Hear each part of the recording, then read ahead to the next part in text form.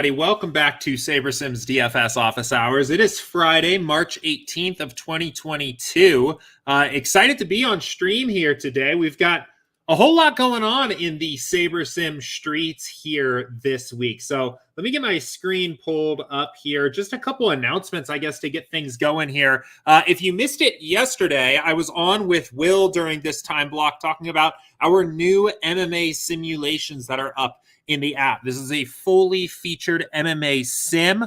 Let me pull up the MMA side of things here. We've got detailed stat projections, percentiles, the full ranges of outcomes of different fighters. Get a fighter pulled up here before I get too ahead of myself here. Let's see.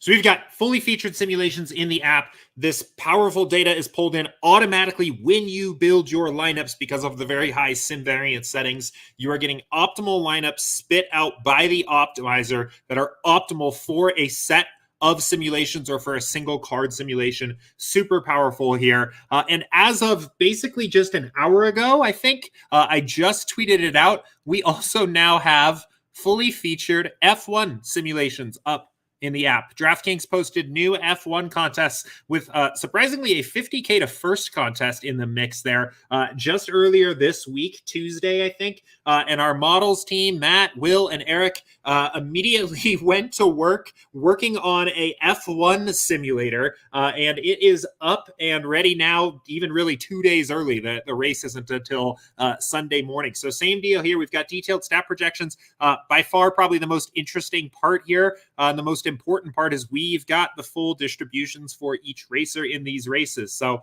I'm not going to pretend to be an F1 expert. I will probably be sitting down and watching my first race this weekend on Sunday morning, which I'm pretty excited about, but it is really nice to know that these are now available, and I highly recommend coming in, checking these out, checking out any of the recent models that have gone live. If you are an NBA, an NFL, a baseball guy, and haven't taken the opportunity to try out some of these other sports, NASCAR has gone live in the last couple weeks, MMA, now Formula One.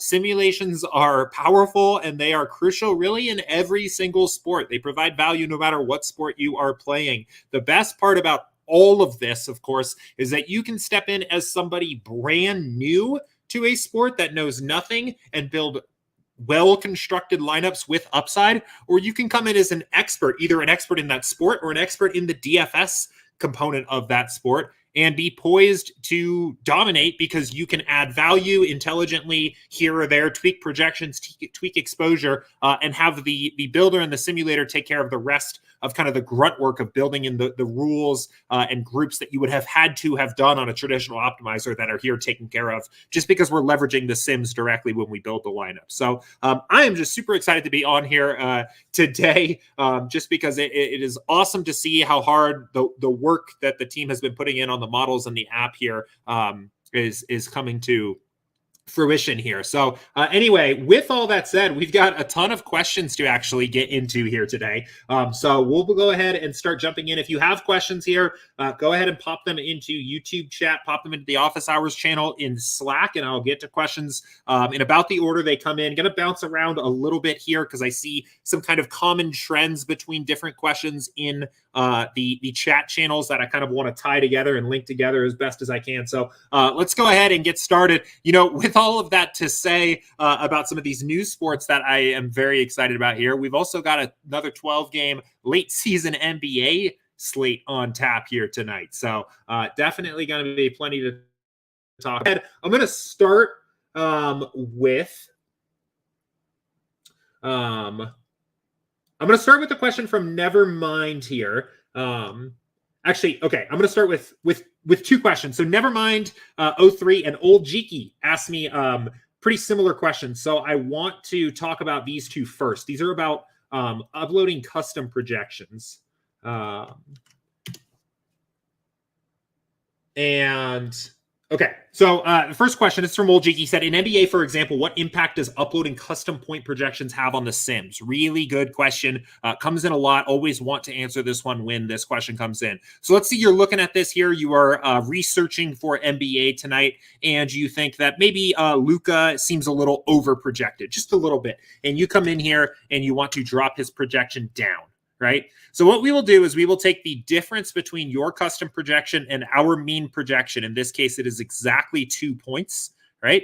And we will shift Luka's output in all simulations we have for his game tonight by 2 points.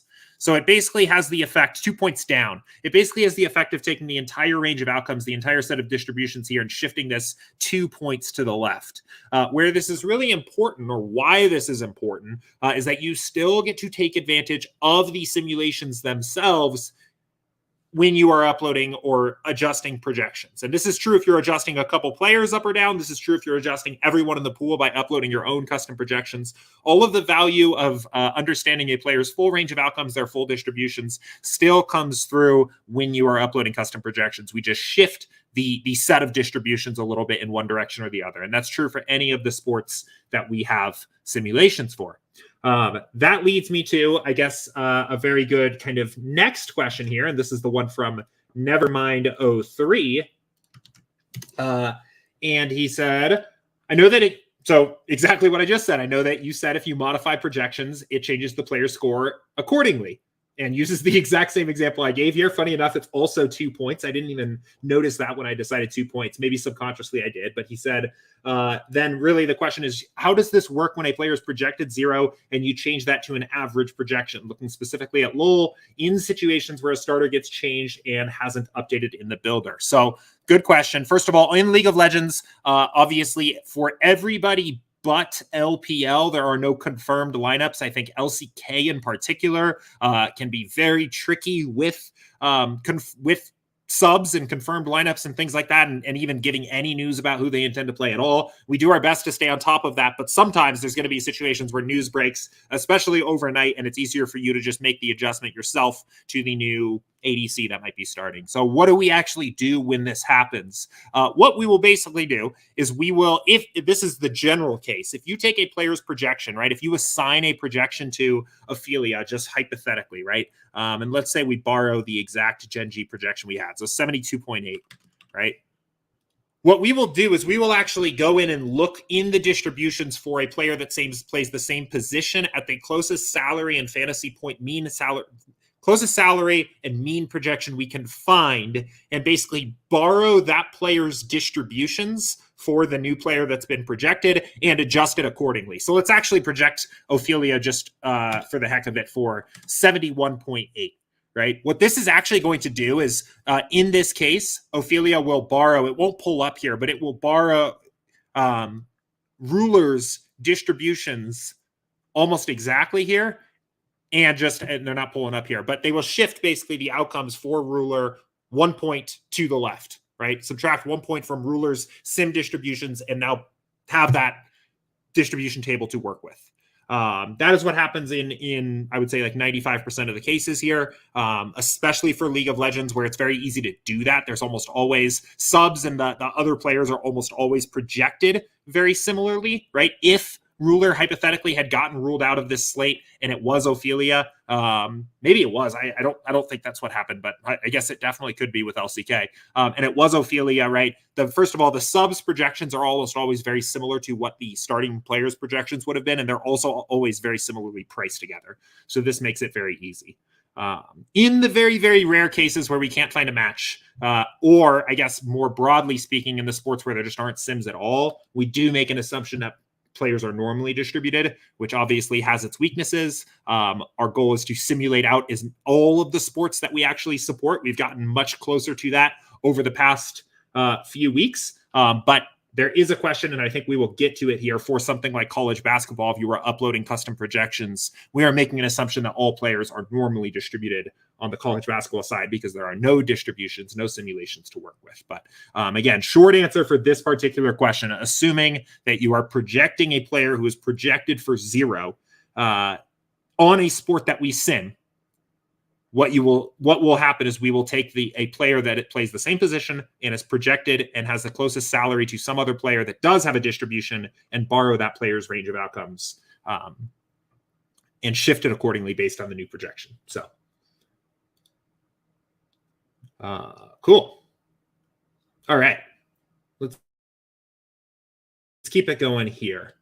I wanted to see, okay, so what I'm going to do now here is then jump to this next question. This is from T, and I know I'm jumping around a little bit here today, but again, I think there's kind of a good story told in the questions that have been asked thus far in chat that I think kind of talking through these one at a time helps add a little bit more. So this next one, this is from T. He said, can you explain smart randomness? I'm using Saber for college basketball and there's no sims being run. So the builder is relying strictly on the projection I give each player. On some optimizers, I can set the amount of randomness I want for each player. How much randomness is being used when I move the slider in either direction? Thanks. So how this works is, let me go to college basketball and let me pull up my notes here as well, so I make sure I get this right. Okay. So if you were to go in here and upload custom projections, right, for college basketball and build, you would essentially get the impact. I'll just use continuous salaries. You would get the impact of similar to what you would get out of a traditional optimizer, right? What the smart randomness is going to do is we are going to assume that all players have a perfectly normal distribution, which in the case of basketball is actually not the worst assumption. I've talked about here on stream before why in a sport like NBA, it's not a very good assumption, but it's certainly, I guess, okay for basketball overall, broadly speaking.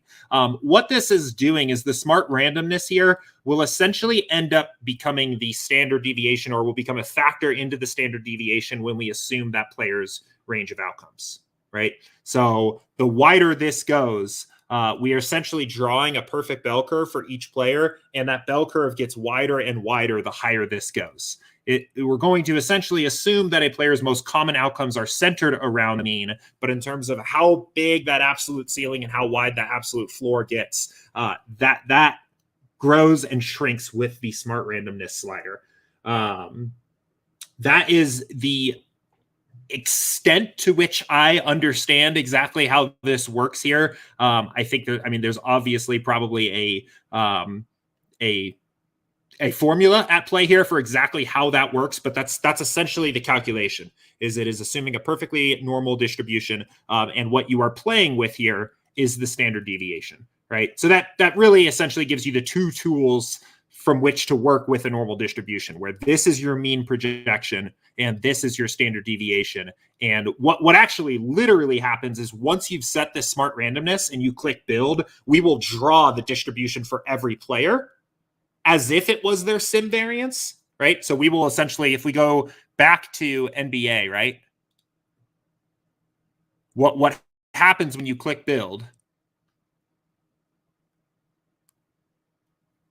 is we would actually draw out the ranges of outcomes for each player, right? They would resemble something like this on the college basketball side, and then treat that as a distribution that you can pick from this the same way we would from sim variance. So a player, you might get this outcome or this outcome or this outcome, but instead of the curve coming from the sims, it's coming from a normal distribution assumption where you've given us the mean projections and you've set the standard deviation, or you've set the standard deviation multiplying factor here with the smart randomness. So hopefully that helps. Cool. All right, let's keep it going. Let me see. I'm going to go back through the Office Hours channel real quick. I think those are kind of the main questions that are about this. I just noticed there was like kind of a series of questions that were focused on projections and the distributions and uploading projections and how things shift. So I thought they were a good one to get started with here. So I'll go ahead. What I'm going to do is I'm going to jump back here and we'll just start picking up the questions in chronological order. So appreciate your patience for everybody that asked a question earlier this morning, starting with K Polo here, who asked, during late swap, if I make changes to the min/max exposures on the home tab, will that reflect when I run in the late swap? trying to figure out a way to set exposures on teams, since when you're under entries, you are not able to highlight individual teams like you can on the home screen. Interesting. Okay, so a couple things here. First of all, no. The answer to this question is no. The exposures that are on, and I think I have said before on other streams that the answer was yes, and I was wrong. So I apologize for that for anybody I've misled. But the entry editor does not listen to these min and max exposures on the home screen, only to the min and max exposures in the entries tab. Now, first of all, before I go much further, we know that that is painfully confusing. And we are actually working right now, our next big process or next big project that is coming out, that's to the kind of front end of the app, will be a significant overhaul of this entry editor process to make all of this way more intuitive. So we know that this is confusing right now. But when you are late swapping, the only exposures that the builder will listen to are the ones that are in the entry editor. While you cannot click the filter icon on a particular team in the entry editor, one thing you can do is you can just type in the team abbreviation, and with some exceptions, right, it will give you players playing for that team. So not perfectly, but I would say a workaround, I guess, is really what it is here, is if you type in the team abbreviation and then use the team sort, you can see your different Denver players. I don't have any lineups in play here. These are just reserved entries, but you could see your different Denver players and kind of make sure on a team-by-team basis that your exposures were set the way you wanted them to be. That's probably the easiest workaround for now, to kind of do team-by-team exposures in the entry editor. Again, I know that that's a little confusing, also a little bit hard to use, and that is the very next thing we are planning on trying to improve here in the app. So, all right, let's keep it going. Reed asks a question here about MLB and NHL. He said, is MLB very close to NHL? So I cannot figure out NHL. I'm scared about my MLB prospects. Those two sports are commonly compared. They are both high variance sports with also very high correlation. I think there is similarity in terms of the theoretical strategy behind those sports, but I would not be worried about baseball if you've dabbled in hockey this year and you haven't had success. First of all, overall, our baseball model is frankly better than our hockey model is. SaberSim was originally built for baseball. It is a bigger overall sport. And it is also just easier. It is a bit easier to project. Hockey is an extremely random sport. And it can be difficult to project hockey very easily. So I would say I would not be, I don't know. I would not be overly concerned there. The other thing is the contests, right? Hockey has pretty small contests. You are going to find that the sharpest hockey players in the lobby take up a lot of equity in those contests. Unless you're playing, actually, really, even if you're playing the largest field contests on a given night, just with how much smaller they are, there are some very sharp hockey DFS players out there. They take up a lot of equity in the contests that they choose to enter. Baseball, you're not going to get football-sized contests. You probably won't even get basketball-sized contests, but it'll be close. And there's a lot of poor baseball play in the DFS industry out there. The contests are generally going to play a little bit softer.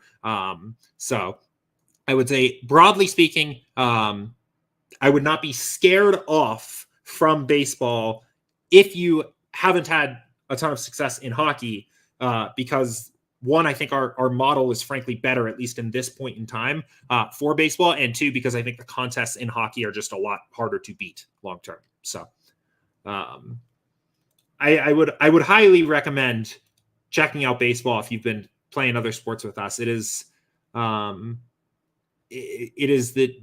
in some ways like the dream sport for what we are trying to do here. You have players, you have highly correlated players, right?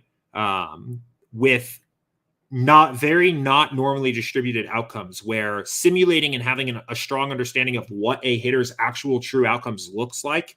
Even a pitcher, right, who has somewhat of a normal distribution with just a very wide standard deviation, right?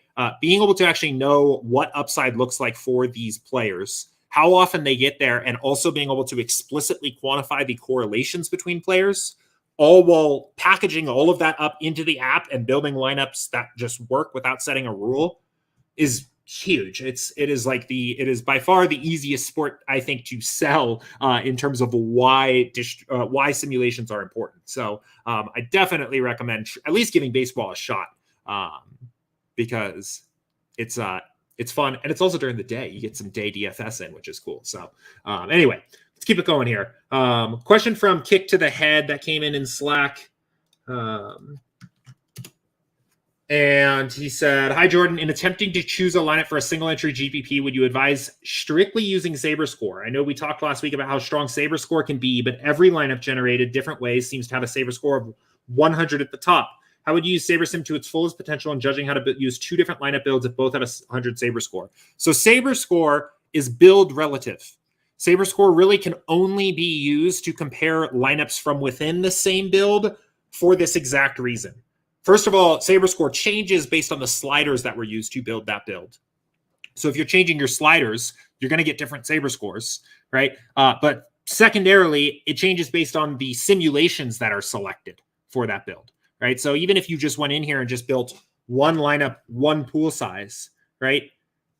Well, actually, I mean, 5 pool size, right? You're going to get different lineups showing up. And the SaberScore for each individual lineup in each individual build is going to be relative to how many points those players scored in the simulations that were selected for that lineup.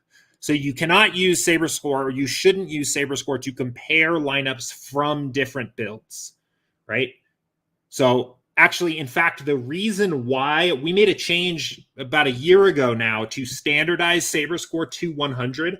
So it is intentional that the number one SaberScore lineup of every build is always 100. And we actually did that to try to avoid a situation where people were trying to optimize for their absolute highest SaberScore. Before, it used to be kind of unstandardized, and you could get a SaberScore of 400 or you could get a SaberScore of 250. And what we found were people were optimizing for SaberScore, which totally makes sense, right? That's a totally normal thing to do when you see that kind of number. And honestly, we probably could get a little bit better about the way that we position SaberScore now, because the hope is that this isn't confusing in this way. But SaberScore is really only to compare lineups between builds. So let's actually just build a lineup here. Let's do this here and talk about this a little bit, at least more on the practical level. So when it comes down to it, in attempting to choose a lineup for a single GPP, would you advise strictly using SaberScore? I don't think I would say strictly using SaberScore, right? In terms of, so I guess let me say this. Let's now talk about the process of selecting a single entry build from within a given build. And I guess to start, I should say, I think you probably really only need one build to effectively select for a single entry contest. Once you've built 500 lineups that we think are all viable for a 5,000 person single entry contest, it's likely that there's a lineup that can fit what you are trying to do, provided it is a good approach to the contest within your pool of 500. So from here, I would not say that SaberScore is the end all be all. I don't think you need to blindly just say, I'm going to play the highest SaberScore lineup. If it's your favorite lineup, great. But I think SaberScore is better thought of as a tiebreaker amongst different options. So once you have added the additional value that you want to add from your own research or your own particular strategy of the way you want to tackle the slate, then I think allowing SaberScore to say, of these restrictions, this is the best option, right? And that can come in a variety of different forms, right? Let's see. Maybe you say, let's just start poking around. And maybe for one reason or another, you don't want to play Jokic, right? Maybe he's going to be a little owned for a 12-game slate against pretty decent defensive team, at least inside. So you cross off Jokic, right? And then you're looking maybe at this lineup and you think, I don't really want to play Goga and Jalen Smith together. So let's go. And let's just say, let's not play any Pacers 2 stacks. And you're going through here. And maybe you did a research build and you were led to believe based on your research build that an elite play to leverage maybe directly off the Jokic chalk is Joel Embiid, right? So you come in here and you just, oops, I didn't mean to do that. I meant to just lock him in. So let's say you're doing your research build and you say that you're all in on Joel Embiid. And you also want to play DeJounte Murray for some reason. Who knows? Maybe you want to do a stars and scrubs kind of build, right? So now, allowing SaberScore to help decide, right? There's still going to be a ton of lineups in your pool of 500 that fit this build. It has no Pacer stacks. We faded Jokic. We locked Embiid. We locked DeJounte Murray. That was kind of all the value we wanted to add to the situation. Now, there are still probably a ton of different lineups in our pool of 500 that fit that. So at this point, allowing SaberScore to make the decision of this is probably the best one to use after you've established all the other value that you want into the process, that's how I would use it. That is exactly how I would use SaberScore. I don't think you need to blindly come in and build and say, I'm only ever using lineup one because SaberScore is the end all be all, and it is the best lineup that by far that I can play. But it is a good tiebreaker. You've got, probably, I don't even know how many lineups. Like, let's see. Let's just take a shot at it. Do we have 50 lineups in our pool of 500 that match this? Let's see. No, we don't. Okay, so we probably have about 18. It looks like 18 lineups, maybe.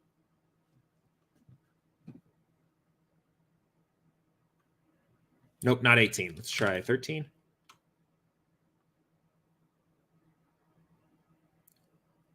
Okay, so there you go. So we have approximately 13 lineups in our pool of 500 that match everything we wanted to do here, right? How do we pick? We only need one. That is the question that SaberScore is ultimately intending to answer. And it just depends on your particular process, right? For some people that have no opinions about who they want to lock or exclude or what they want to do in step 3, then you need a way of picking 20 out of a pool of 500. That's the value of SaberScore to that person. In this case, we were rather opinionated about what kind of lineup we wanted. And then we ultimately got down to the point where we need to pick one of 13. Well, SaberScore allows us to fill that gap. It is essentially kind of a gap filler in terms of once you have done all of the other things, right?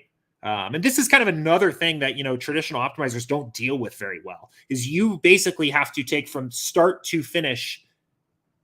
You need to guide the optimizer across every single step of the way. If you need 150 lineups, you virtually need to tell the optimizer how to build all exactly 150, right? In this case, we could say, let's back up here and just say, let's say we were building 20, right?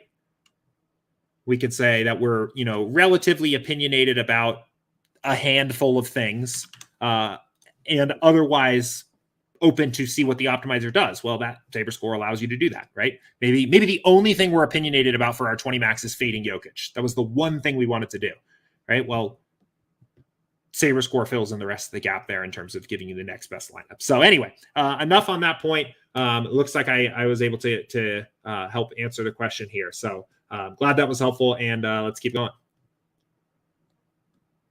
Okay, so this is the last question in Slack, at least of what I see so far here. So we'll hit this, then we'll jump over to YouTube chat where I see a couple other questions. This is from Edward. He said, I've played DK only until today. For the first time, I'm trying FanDuel. I have a combination of contests, some cash, 2 single entries, a 3 max, 5 max, 220 max, a 25 max, and a 150 max. I tried entering original lineups this morning, and the process looks similar to the DK process. What are the differences for late swaps, and what should I expect or be worried about, if anything? Thanks in advance, Ed. You've got it. Cool. So let's do this here. Let me get my entries here.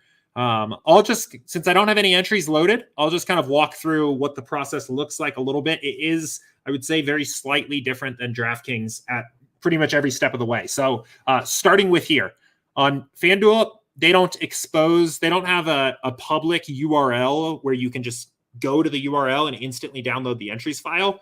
So we can take you as close as you can get, which is the upcoming tab. From there, you need to download your own entries file. So this is the upcoming tab. You click the CSV edit button here. It'll pop up this little modal after you see the 3 dots. Download a CSV template. That'll download the file. You come back here, grab your file, drop it in. Very similar. It just doesn't auto-download that file for you. Otherwise, entry editor itself will have virtually the same appearance. One thing that does come up from time to time, if you use the buy-ins column on DraftKings, that information is not available in the FanDuel CSV, so we can't display it here.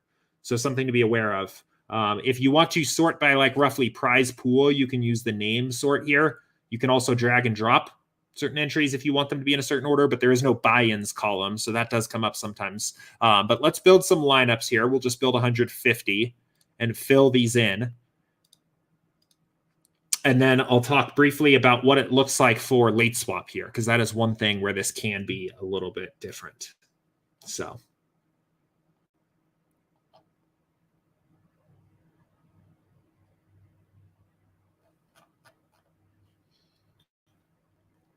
Cool.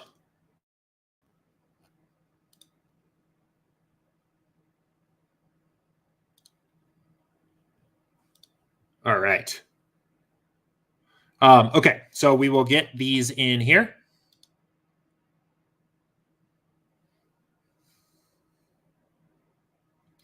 And we'll just use the rank fill and fill these. So we've got the 150 entries filled in here by rank, top lineups in each contest. We'll download our entries file and jump back to FanDuel and upload.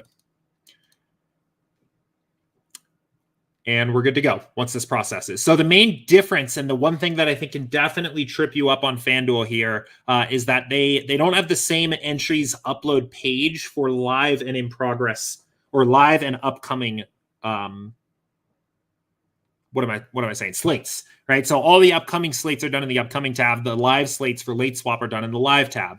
So I think I've got like just a couple golf entries that are live here. So at least that's helpful because now we can see.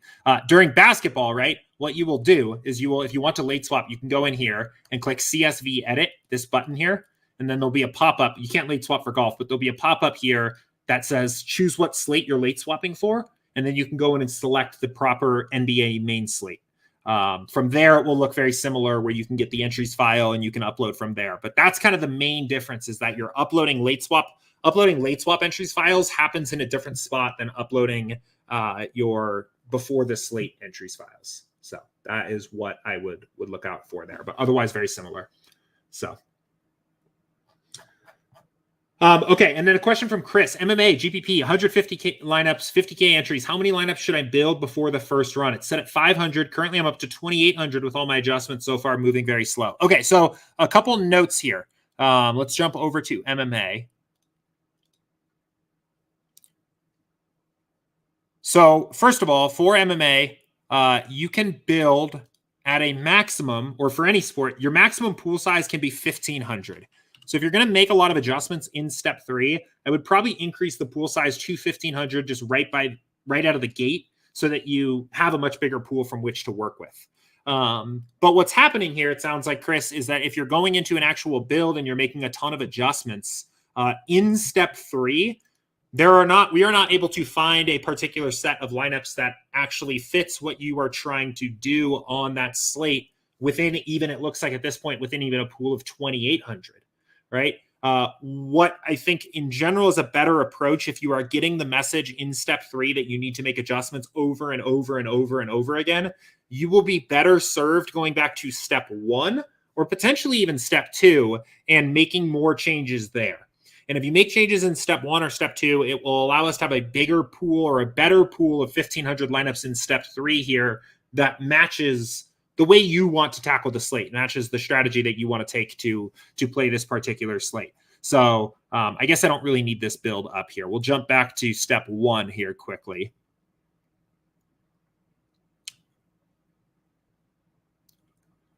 So how I would recommend doing that, of course, if you have fighters that you want none of, or you want to lock, right? Give us that information here, right?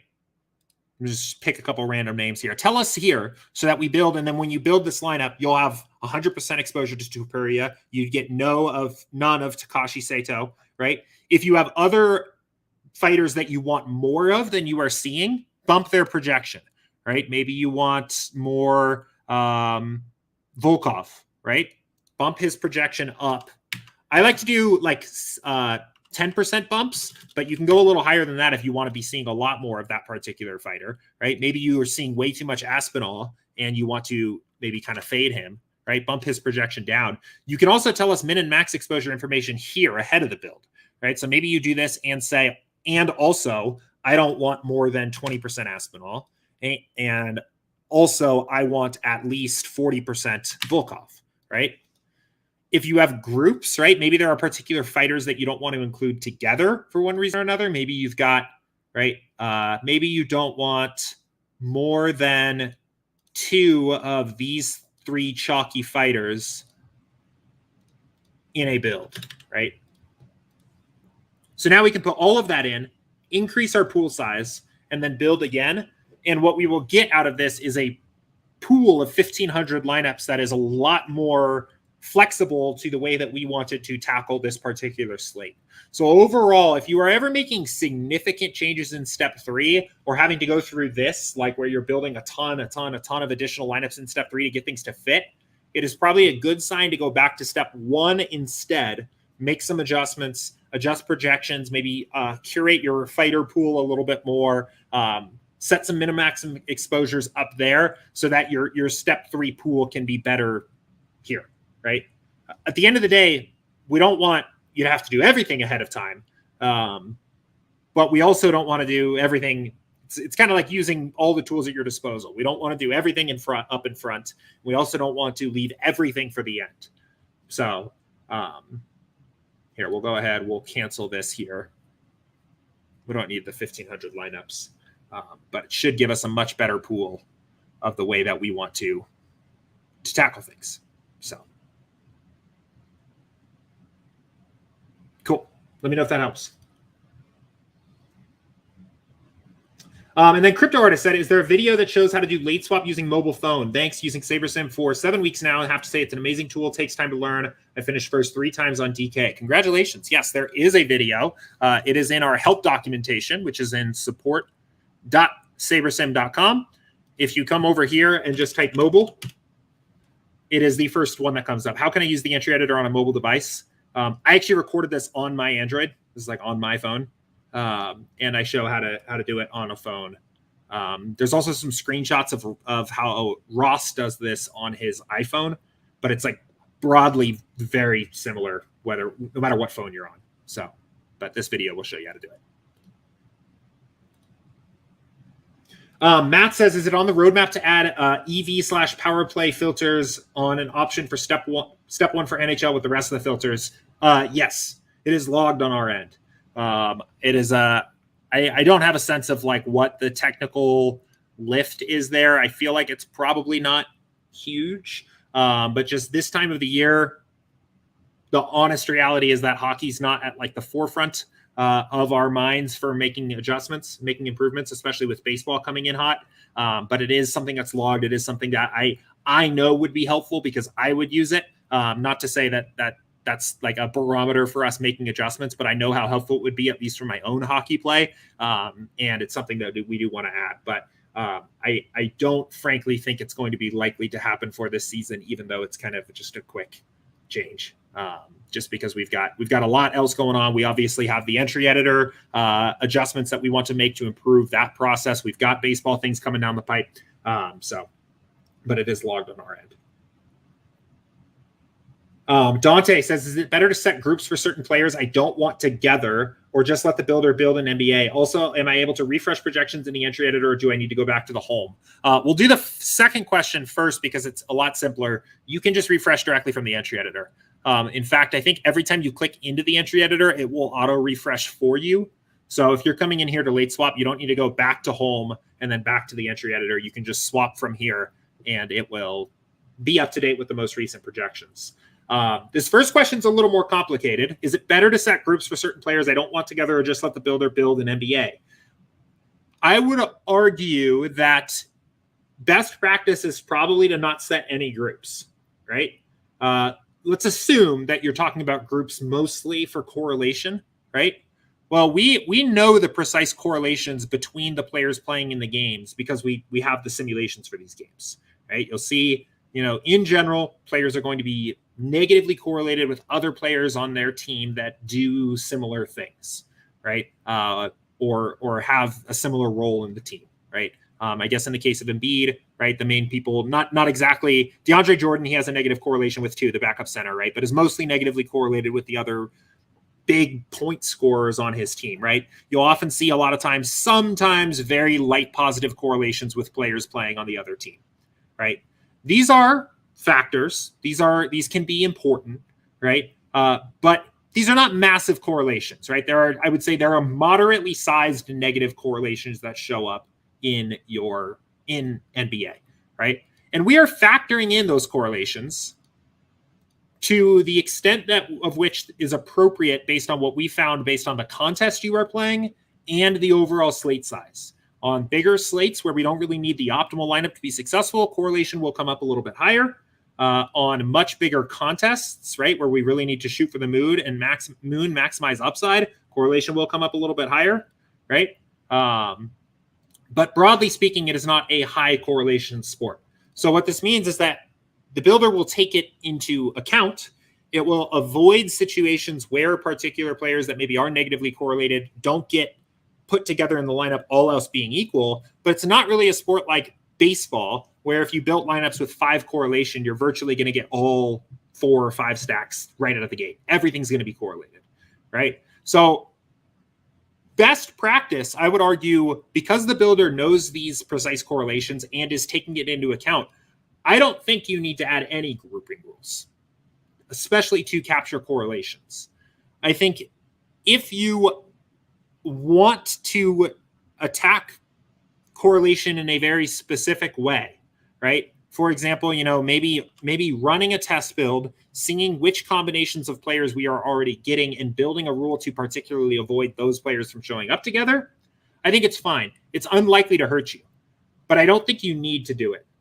The grouping rules were basically added mostly for users that want extra control, that have particular groups of players that they want to see in lineups together or never want to see in lineups together. But I would not call it a required part of the process or a necessary part of the process. The goal is that the simulations and the correlation slider alone capture all of the nuance that you need with groups from the start. So, like, for example, a combination of players that showed up in that first build we did today was Goga and Jalen Smith, right? And that makes some sense, right? They're both centers. They are probably negatively correlated, right?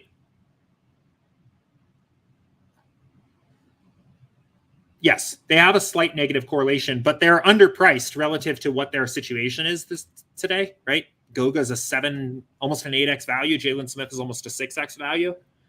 So what the builder's saying is if it gives you those 2 players together in your lineups, the builder's saying, yes, we have an understanding that there's a negative 0.05 correlation between these players on average.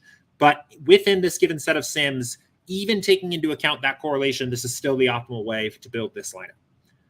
And I want that in my lineups, but I can also understand why somebody would not. So I think it is those kinds of questions that you should ask after running a test build. Am I comfortable with having certain negative correlations in my lineups together? Most of the time, any stacks in NBA, players playing from the same team in the lineup together, are theoretically going to have some negative correlation to one another. But it is often optimal. It is often best to use players of the same team together if there's an entire team that's underpriced, which is essentially the impact of a big star or a set of couple different stars getting ruled out all at once, right? We can see, for example, Washington's a decent example here, right? Washington, all these low price guys, all of these good salary plays, right? All of which are probably negatively correlated together, but all of which are also good plays. And the builder, anyway, I'm rambling now here a little bit, but the builder will find that balance kind of for you left to its own devices. So, cool. Reed asks one more question here. And said, quick follow-up. Does MLB have the late swap duties that NBA has, or set it and forget it midday? It's mostly set it and forget it.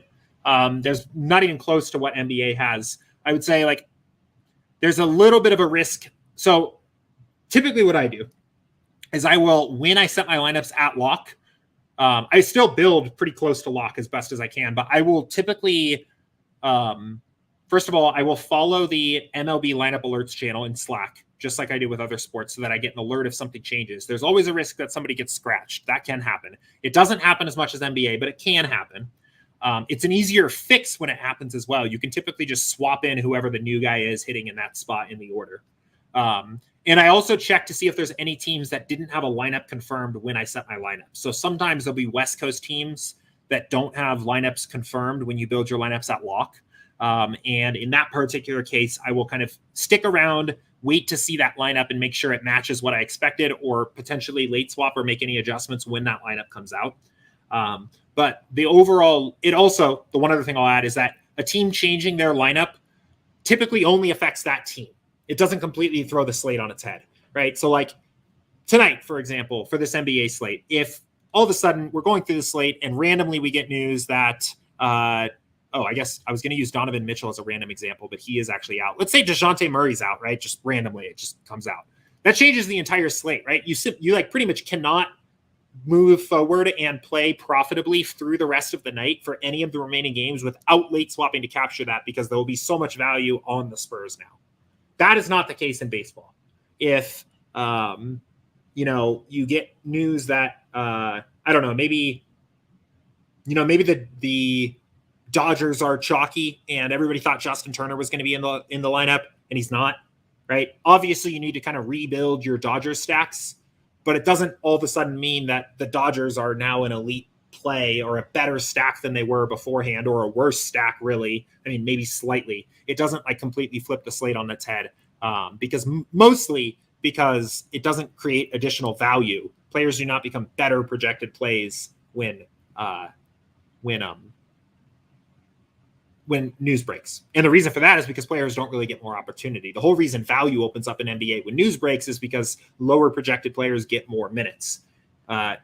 Because Justin Turner is out of the lineup does not mean it's immediately likely that, Cody Bellinger is going to get to bat an extra 3 times, right? That's basically what happens when players get more minutes in NBA. So anyway, you said 1 word or less, and I think I probably gave you 500 words, but hopefully made the point across pretty clear. So I don't see any other questions coming in. I just recently got notice here from the team that we're going to probably need to close out office hours a little bit early here today. I guess we're going to be doing a bit of a surprise stream here coming up. So I'll probably be closing this out, hopping off here, and then most likely making an announcement about another stream here for Formula One kicking off here shortly. So if you're interested in learning a little bit more about the Formula One sims, come join us here in the next, I would maybe say, couple hours. We'll figure out exactly when this is going to be, and we'll talk a little bit more about how that sim works. So super excited about that. Thank you, everybody that tuned into Office Hours today, asked questions, participated. Have a good rest of your weekend, and come please join me for the next sim that's going on later this afternoon. So anyway, we will announce that in our Slack. And also, if you subscribe and follow on YouTube, you'll get a notification here once that stream gets scheduled. We'll get that up here pretty quick, but that should be this afternoon. So fun little Friday afternoon stream here. Talk to you guys soon, I guess. See ya.